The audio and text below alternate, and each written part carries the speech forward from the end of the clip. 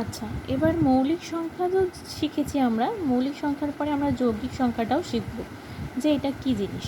মৌলিক সংখ্যায় কি দেখেছিলাম, যে একটা নাম্বারে কতগুলো গুণনীয়ক থাকবে?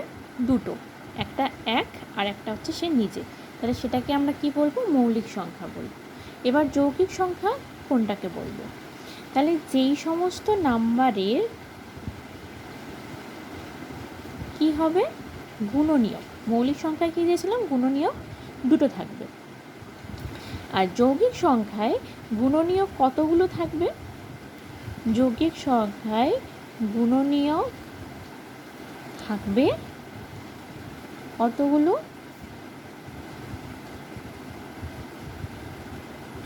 যৌগিক সংখ্যায় কতগুলো গুণনীয়ক থাকবে?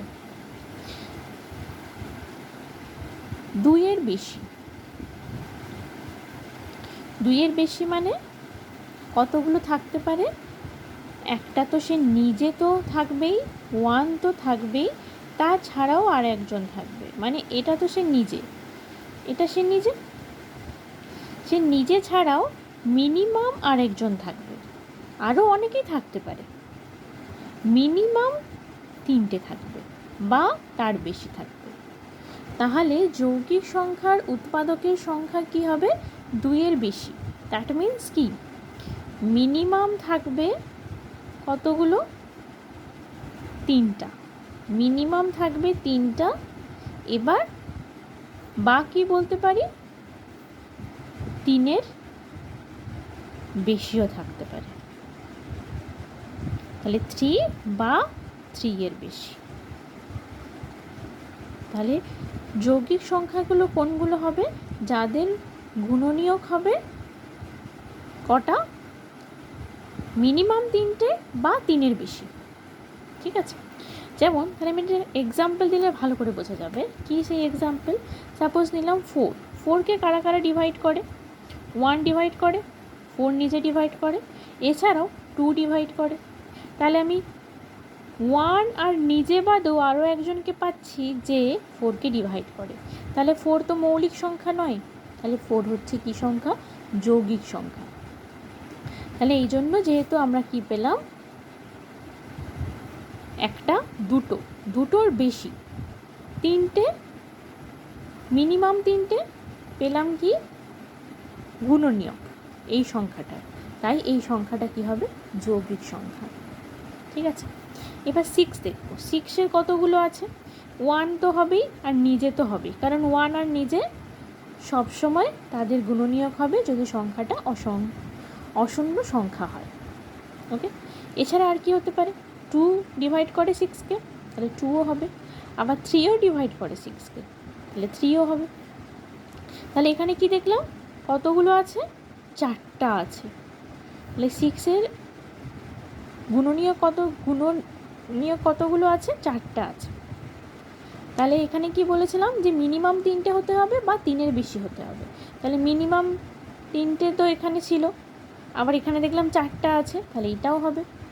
তাহলে এটাও কি হবে? যৌগিক সংখ্যা। এটাও যৌগিক সংখ্যা। এটা কি বোঝা যাচ্ছে? যে এর গুণনীয়ক থাকবে মিনিমাম তিনটে বা তিনের বেশি। ঠিক আছে? তাহলে ন্যূনতম তিনটে গুণনীয়ক থাকবে, সেটা যদি যৌগিক সংখ্যা হয় বা তার থেকে বেশিও হতে পারে। তাহলে কি হতে পারে? ন্যূনতম তিনটা কি থাকবে? গুণনীয়ক থাকবে।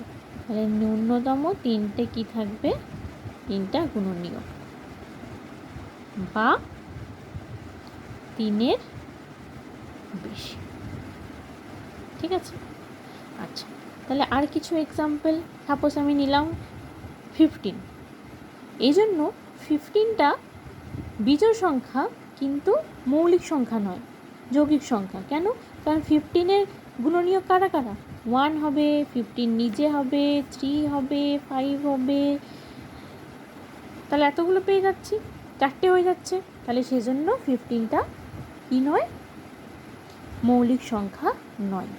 হলো? তাহলে সব থেকে ছোট মৌলিক সংখ্যা কোনটা? সব থেকে ছোট যৌগিক সংখ্যা।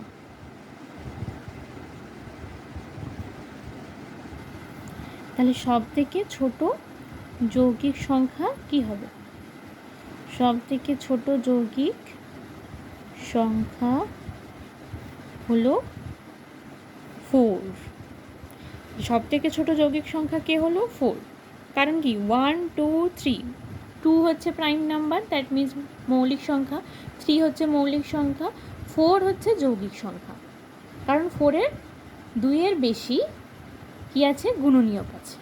হলো সব থেকে ছোট যৌগিক সংখ্যা হলো 4।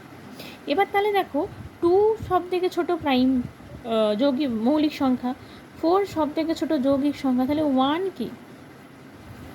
1কে কি বলবো? মৌলিক বলবো না যৌগিক বলবো?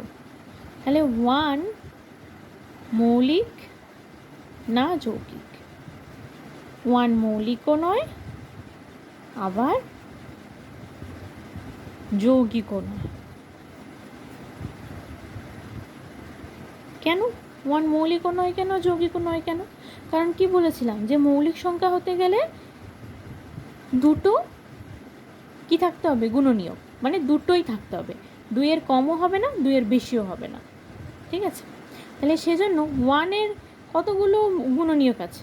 1-এর তো একটাই গুণনীয়ক আছে, সে নিজে, আর তো কেউ নেই। কারণ কি দেখছিলাম যে গুণনীয়ক 1 হবে আর সে নিজে অবশ্যই হবে, কিন্তু 1 তো নিজেই 1, তাহলে ও দুটো তো নেই।